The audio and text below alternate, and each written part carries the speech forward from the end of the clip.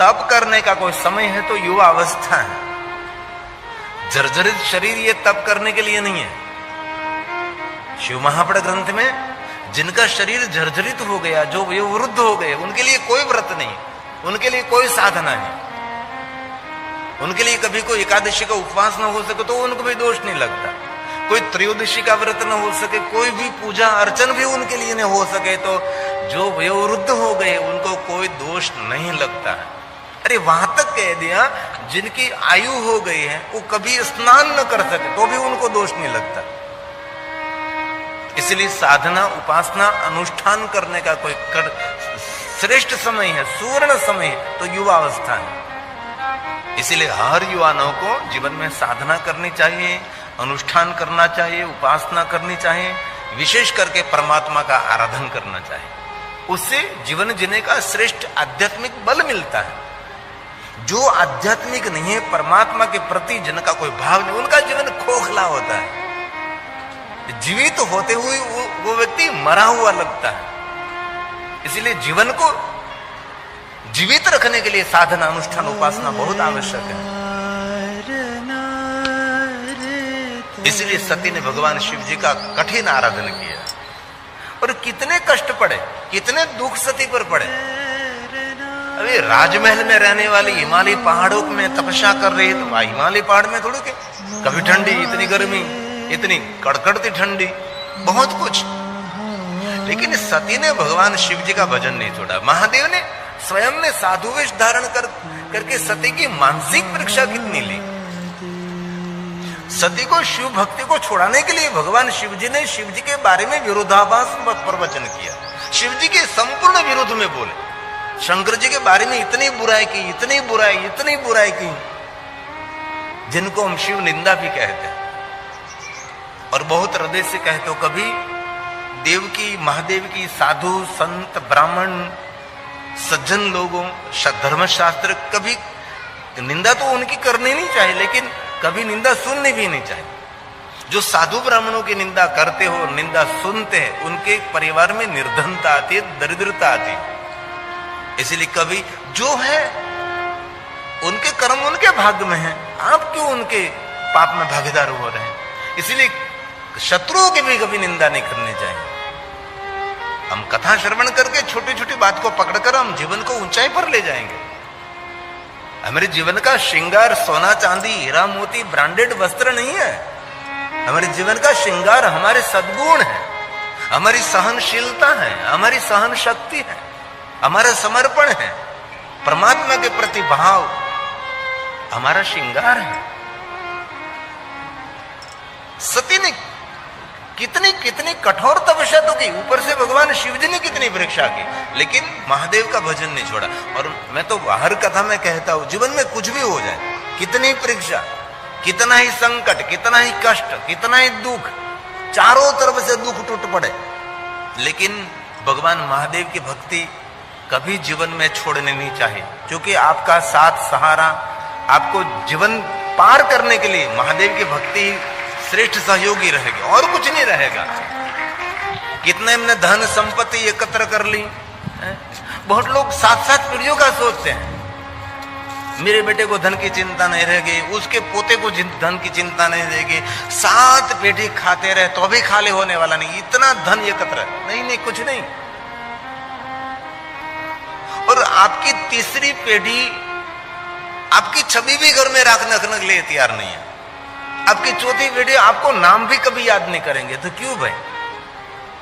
आपके जीवन में कुछ करो, बहुत कमाओ, लेकिन कमाकर जगत विश्व कल्याण के कार्य में कुछ समर्पित करें।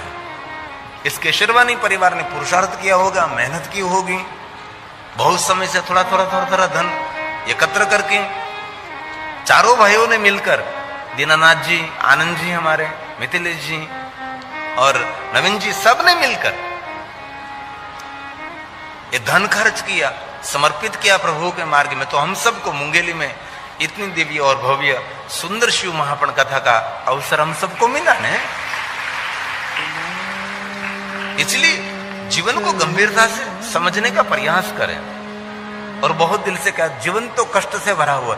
दुनिया की कोई नदी सीधी नहीं चल रही, सभी टेढ़ी चलती है, कहीं पत्थरों को टकराती हुई पहाड़ों में, कभी रेगिस्तान में चलती चलती समंदर को मिलती है। जीवन भी ऐसा ही है, कोई नदी एक किनारे से नहीं चलती, सभी नदियों के दो ही किनारे होते, एक सुख का और एक दुख का। जीवन ही ऐसा है, इसलिए संभल कर चलते रहो। लेकिन जीवन में कितने ही दुख के पहाड़ टूट पड़े, लेकिन दिल से कहता हूं, भगवान महादेव की भक्ति कभी नहीं छोड़नी चाहिए, कभी नहीं। शिव जी का नाम आपको भव पार कराने वाला है, और कोई आपको भव पार नहीं कराएंगे, शिव का नाम ही भव पार कराएंगे। सार भजन है, पुराणों का सार भजन है, महापुरुषों का मत भी भजन है। इसलिए जीवन में आप सफल होना चाहते हैं तो भजन बहुत आवश्यक है। ऐसा नहीं मैं कह रहा कि आप हिमालय पहाड़ों में चले जाओ, मंदिर में बैठ जाओ, नहीं। करते जाइए घर के काम, लेता जाइए प्रभु का नाम, हलता चलता बैठता उठता जीवाग्रह है। जो आपका इष्ट मंत्र है, ऐसा मैं नहीं कहता कि शिव जी का ही भजन करो, वो तो मैं शिव महापण कथा कहता हूं, तो शिव जी के बारे में कहूंगा। आपके इष्ट राम है तो राम का भजन करो, आपका इष्ट भगवान कृष्ण है तो कृष्ण जी का भजन करो, राधा रानी आपके हृदय में बसे है तो राधे राधे करते रहो। अंत तो सभी आधार को वहां पहुंचना है। इसलिए बहुत कम लोग हैं भजन करने वाले, बाकी उलझे हुए विचारों में फंसे रहते हैं, व्यर्थ विचारों में, विचारों के ट्रैफिक में फंस जाते हैं, बाहर ही नहीं निकल सकते। रात को नींद भी नहीं आती विचार विचार विचार में, और विचारों में संयम रखना बुद्धिमता है। भगवान महादेव मिले, भगवान शिव जी ने सती को कहा कि आपके साथ में विवाह करूंगा, और भगवान शिव और सती का सुंदर विवाह हुआ, देवताओं के साथ, देवियों के साथ, इंद्र, इंद्राणी, ब्रह्मा, ब्रह्माणी, विष्णु, लक्ष्मी, वरुण, कुबेर आदि आदि नारद आदि मुनियों के साथ, देव दूतों के साथ, भूतों के साथ, इंद्र के अप्सराओं के साथ, सब सर्व ऋषि मुनियों के साथ मान सम्मान बाजते गाजते भगवान शिव जी प्रजेश नगर में पधारे। नगरवासियों ने स्वागत किया। वीरणी ने भगवान महादेव का विवाह मंडप पर स्वागत किया। प्रभु पधारे विवाह मंडप में, और दक्ष महाराज ने पुत्री सती को विवाह मंडप में प्रवेश दिया। शिव जी महाराज ने खड़े होकर स्वागत किया। सती ने पुष्पमाला शंकर जी को अर्पण करी, और महादेव ने पुष्पमाला सती को अर्पण की, और सुंदर शिव और सती का विवाह हुआ। शिव सती का मिलन हुआ है, मंगल फेरे हुए हैं, और सुंदर शिव और सती के विवाह की कथा सती खंड में। बाद में दक्ष महाराज ने अपनी पुत्री सती को भगवान शिव के साथ विदा दी। शिव सती का विवाह हुआ। कैलाश के द्वार पधारे शिव सती, कौन स्वागत करे? न माता, न पिता, न बंधु, न मित्र, कोई परिवार ही नहीं। स्वयं जगत के माता पिता हैं, कौन स्वागत करे? भगवान विष्णु और लक्ष्मी जी ने शिव और सती का सुंदर स्वागत किया। भगवान कैलाश में विराजमान हुए, देवताओं ने जय जयकार किया, परिक्रमा की, और सती जैसे सुनती वैसे ही देवताओं ने मुहुर मुहुर सबने प्रशंसा की। विवाह में बहुत आनंद मिला। क्या प्रजेश ने व्यवस्था की थी, क्या सुविधा, क्या व्यंजन, क्या भोजन है? ये बात जीवन में याद रखिए। किसी के छोटे मोटे प्रसंगों में जाओ ने, इस प्रसंगों को आप प्रशंसित करेंगे कि क्या सुंदर व्यवस्था थी, प्रसंग बहुत सुंदर किया उसने।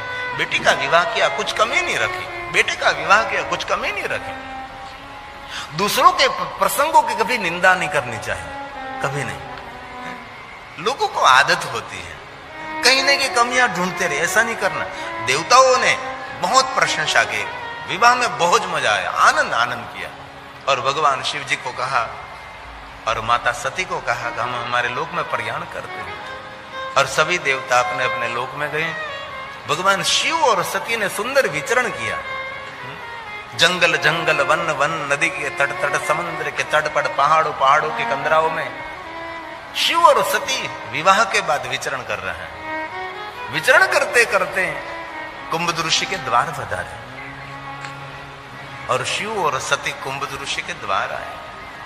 एक बार त्रेता जुग माही, रामचरित मानस में भी चौपाई के द्वारा ये कथा है। शिव महापुराण ग्रंथ में श्लोकात्मक कथा है। थोड़ा तो भेद रहता है, लेकिन दोनों कथा एकदम समान है। कुंभ जी ने सुंदर स्वागत किया। संग सती जग जननी भवानी, भगवान ने आश्रम में प्रवेश किया, कुंभज जी ने सुंदर आसन प्रदान किया और शिव जी ने नम्र भाव से कहा, कुंभज जी भगवान राम की कथा सुननी। कुंभज जी ने विवेक दिखाया कि भगवान आप ही कथा के वक्ता हैं, लेकिन आप मुझे अवसर दे रहे हैं तो मेरी वाणी को पवित्र करने के लिए मैं जरूर आपके समक्ष में भगवान राम की कथा कहूं, और आप मुझे अवसर दे रहे हैं। और वक्ता को अवसर श्रोता देते हैं, आयोजक देते हैं। ये अवसर मुझे कथा का मिल रहा है, तो अवसर मुझे किसने दिया? इस केशरवाणी परिवार ने अवसर दिया है। आप सबका साथ सहयोग योगदान दिया, लेकिन मुझे अवसर दिया है। शिव की कथा के तो वक्ता बहुत हैं, लेकिन बहुत कई वक्ताओं को पसंदगी नहीं की। मेरा भी कोई सद्भाग्य है कि केशरवाणी परिवार ने मुंगेली में मुझे भगवान महादेव की कथा कहने का अवसर दिया। इसलिए कुंभज जी ने कहा, महादेव जी आप मुझे अवसर दे रहे, और शिव महापड़ ग्रंथ में श्रोताओं को साक्षात रुद्र तुल्य दिखाया। वक्ता रुद्र तुल्य नहीं है। महापुरुषों का मंतव्य है, जो भगवान महादेव के कथा श्रवण करते हैं, रुद्र यवन संशय, ये साक्षात रुद्र तुल्य।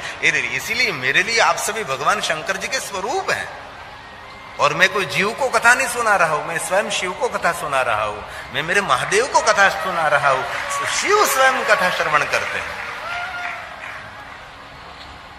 कुंभज जी ने कहा, भगवान मैं जरूर मैं कथा कहूं, और रामचरितमानस में भी सुंदर प्रसंग शिव महापड़ ग्रंथ में भी है।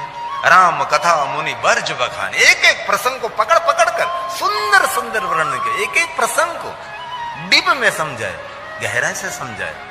कथा की मजा वही है। सुनी महेश परम सुख मानी, कथा श्रवण करके सुख नहीं मिला, परम सुख मिला। दुनिया में सुख तो बहुत स्थानों से मिलता है, लेकिन सुख की परिभाषा आपकी दृष्टि में अलग रहती है ना। सबकी दृष्टि में सुखों की परिभाषा अलग है। कई लोग धन संपत्ति एकत्र करने में सुख समझते हैं, कई लोग बहुत सारी संपत्ति बैंक में जमा करने के सुख मानते हैं, कई लोग पद पदवी में सुख देख। सबकी सुख की परिभाषा। बहुत लोग भगवान की पूजा अर्चन में सुख देखते हैं, बहुत लोग भगवान की कथा में सुख देखते हैं, बहुत लोग कोई सम्मान मान सम्मान देते। इसमें सबकी सुख की दृष्टि अलग अलग रहती है, लेकिन वास्तव में दुनिया में कोई सुख है ही नहीं। ये पूरा लोक दुखालय, ये का सुखालय थोड़ा है।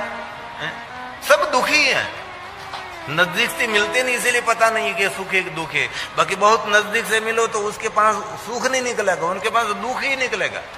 कोई भी व्यक्ति धनपति, कितना ही धनपति, कितना पद पदवी हो, कितना ज्ञानी, कितना विद्वान हो, कोई होगा करोड़ों में से कोई कहता है कि मैं सुखी हूं। तो प्रश्न हो सकता है सुखी कौन?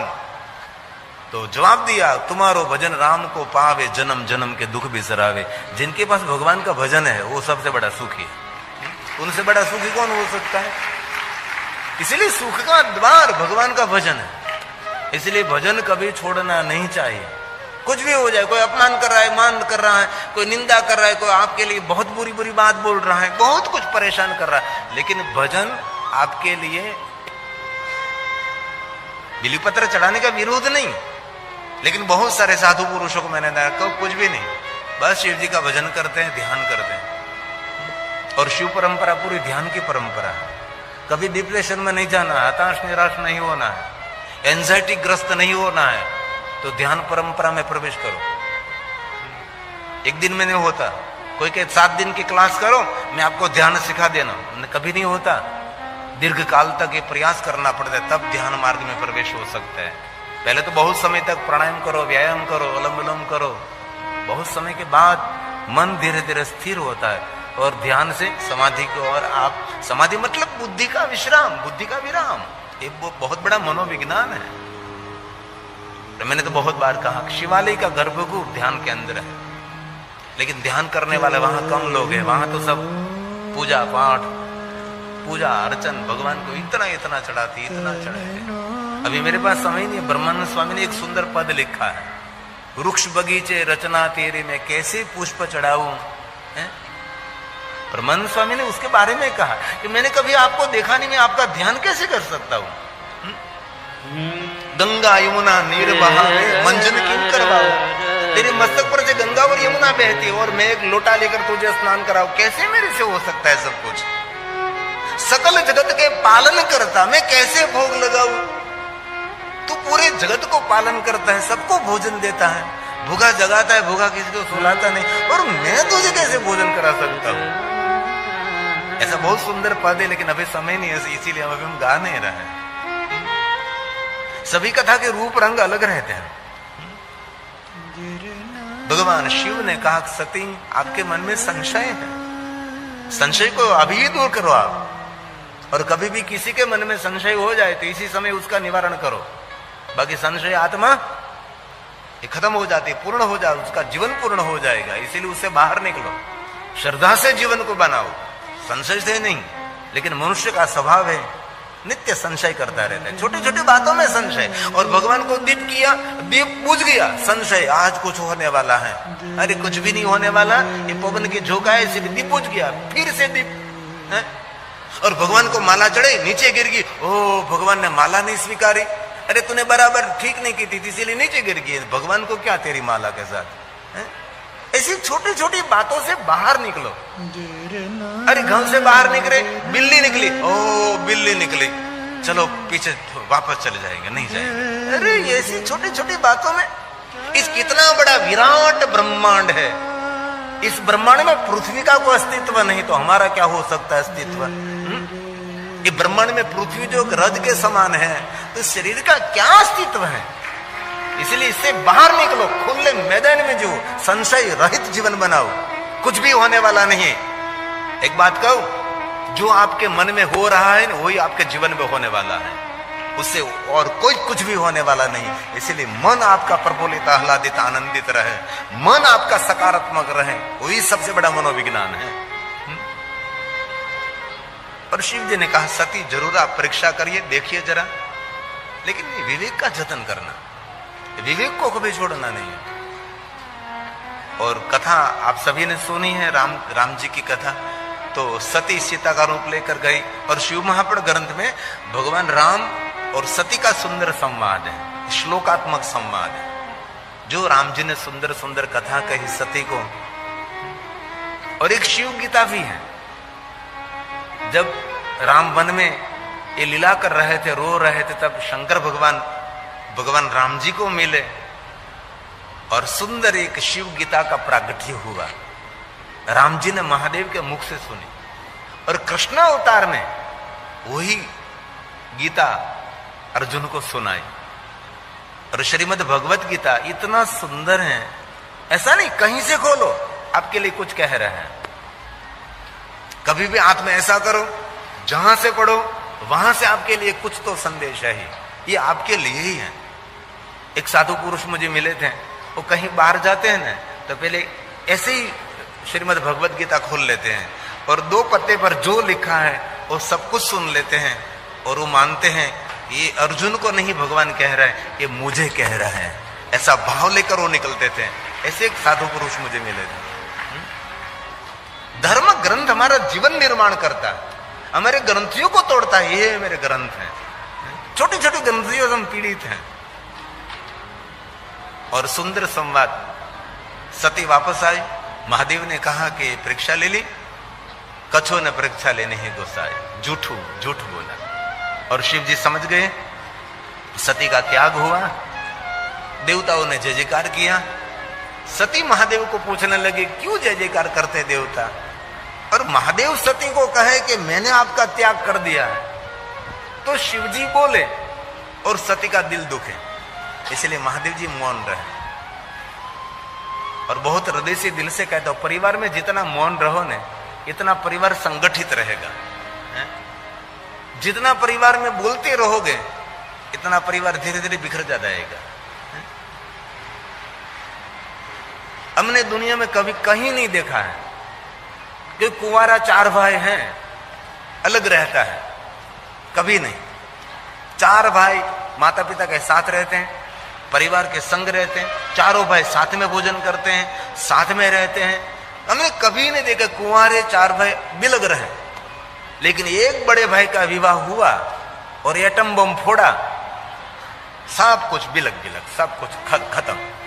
नहीं, आपको मौन रहना है, परिवार को साथ में लेकर आपको सब कुछ करना है। शिव जी मौन रहे और शिव जी का आसन मौन शिव जी का सिंहासन है, इसलिए मौन रहो। शिव जी मौन में बसते हैं। और शिव जी ने कहा चलो कैलाश जाएंगे, वहां जाकर कुछ बातें करेंगे। शिव और सती कैलाश पहुंचे और सती प्रश्नोत्तरी करे। इससे पहले तो भगवान महादेव जी ध्यानस्थ हो गए। 87,000 साल बीत गए और सती ने हाथ जोड़कर क्षमा मांगी, मैंने कुछ गलती की है। हमारी गलती हमारे समझ में आ जाए ना तो बहुत सारे प्रश्न सभी निवारण हो सकता है, लेकिन हमारी गलती हमारे समझ में नहीं आती और हमारी गलती को हम स्वीकारते भी नहीं है। अपने स्वयं की गलती को स्वीकारना वो सबसे बड़ी बुद्धिमत्ता है। दूसरे की गलती निकालने के लिए भेजा चाहिए, भेजा, लेकिन अपनी गलती को स्वीकारने के लिए कलेजा चाहिए कि मैंने भूल की है, मैं क्षमा चाहता हूं। लेकिन नहीं लोग करते ना। सती ने हाथ जोड़ा, भगवान क्षमा चाहती हूं। तब इसी समय महादेव ने नेत्र खोले, लगे कहन हरि कथा रसाला। इसी समय कथा का प्रारंभ कर दिया महादेव ने, कोई प्रश्नोत्तरी नहीं। सती कथा श्रवण करो आप। भगवान शिव और सती सुंदर कथा गा रहे हैं। इसी समय प्रजेश नगर में दक्ष महाराज ने अभिमान पूर्वक यज्ञ का आयोजन किया। सबको आमंत्रण निमंत्रण, लेकिन शिव जी को नहीं है। इसलिए देवता आकाश मार्ग जा रहे हैं। पर सती ने बीच में पूछा कि भगवान ये देवता कहां जा रहे हैं। महादेव ने कहा कि देवता कहां जा रहे हैं, कहां से आ रहे हैं, वहां आपको ध्यान नहीं रखना है, अब स्वयं का ध्यान रखिए। सती सुनो, कौन कहां जा रहा है, कौन क्या कर रहा है, इसमें जीवन कम पड़ जाएगा। जो हम कर रहे हैं ना सभी, कौन आ रहा है, कौन क्या कर रहा है। कथा में भी हम बैठे बैठे देखते रहते हैं कि ये लाल साड़ी पहनकर आई, ये सफेद साड़ी पहनकर, क्यों कथा में हमारे वही चित्र रहता है ना, इधर उधर घूम घूम देखते रहते हैं। ज्यादातर लोगों का जीवन ऐसे ही पूरा होता है। कहीं लोग तो 4 बजे 5 बजे अपनी खिड़की पर बाहर रोड पर बैठ जाते हैं, लोगों को देखते रहते हैं। आते जाने वाले, वहां से आता, वहां से पकड़ते हैं, वहां छोड़ देते हैं, फिर दूसरों को पकड़ते हैं। ऐसे पूरा दिन निकल जाता है उसका। अरे 4 साढ़े 4 बजे 5 बजे हैं, आसपास में कहीं कृष्ण जी की हवेली है, आसपास कहीं राम जी मंदिर है, आसपास कहीं शिवालय है, वहां जाकर प्रभु की माला करो, आप भी धन्य हो जाएगी, आपकी प्रजा भी धन्य हो जाएगी। लेकिन नहीं करते, भटकते रहते, पूरा जीवन उसका निकल जाता है। शिव जी ने बात सुनाई कि सती आपके पिता ने यज्ञ किया है। पूरी कथा सुनाई कि क्यों यज्ञ किया है। ये भी एक बहुत लंबी कथा है, इनमें हम नहीं जाएंगे। सती ने कहा मेरे पिता ने यज्ञ किया, मुझे जाना है। शिव जी ने समझाया कि नहीं जाना है, आपका हित नहीं है वहां। क्योंकि महादेव जानते हैं कि सती वहां पहुंचेगी तो वापस कभी नहीं आएंगे। महादेव ने बहुत मना किया, लेकिन सती नहीं माने। अगणित गणों को साथ में भेजा सती की रक्षा के लिए, लेकिन महादेव मन ही मन जानते थे कि जब काल का समय आता है तब कोई किसी की रक्षा नहीं कर सकता। तो भी महादेव ने गणों को साथ में भेजा। इतने गण थे कि सती प्रजेश नगर में पहुंचे और गणों की जो लाइन थी वो कैलाश के द्वार तक रही। इतनी संख्या में भेजा। प्रजेश नगर में सती पहुंची। पहले तो नगरवासियों ने अपमान किया, पिता के आंगन गई, मेहमानों ने अपमान किया और नहीं सुनने जैसे शब्द सभी बोलने लगे। सती का पैर भारी हुआ। और कभी बहन बेटी हमारे आंगन में आ रहा तो उसका आदर सम्मान करना। मैं तो बहुत हृदय से कहता हूं, हम साधु ब्राह्मण दूसरे नंबर पर हैं। पहला आपका कर्तव्य है आपकी बहन बेटियों का ध्यान रखना, बाद में हमारा नंबर है। आपके घर में जितनी आपकी बहन बेटी हैं, आपकी बहन है, आपकी बेटी है, उसका ख्याल रखो, उनकी पहले सेवा करो, हमारी बाद में करो। और भगवान की भी दूसरी पहले तो आपके घर में जो बहन है, आपकी बेटी है, घर पे है कि ससुराल में है, उसका आदर करो, उसका सम्मान करो। आपकी तरफ से कोई उनको परेशानी नहीं होनी चाहिए। और आपके पिता ने बहुत धन छोड़ दिया है आपके लिए, तो आप बे भाई हैं, तो सर के भाग में हिस्से में आप ये धन बांट रहे हैं, तो थोड़ा सा इसमें से हिस्सा आपकी बहन को भी देना चाहिए। ये बहुत बड़ा पुण्य मिलेगा आपको। आपकी बहन ने भी, जहां से आपने जन्म लिया ना, यही माता पिता ने आपकी बहन को भी जन्म दिया है, लेकिन लोग नहीं करते।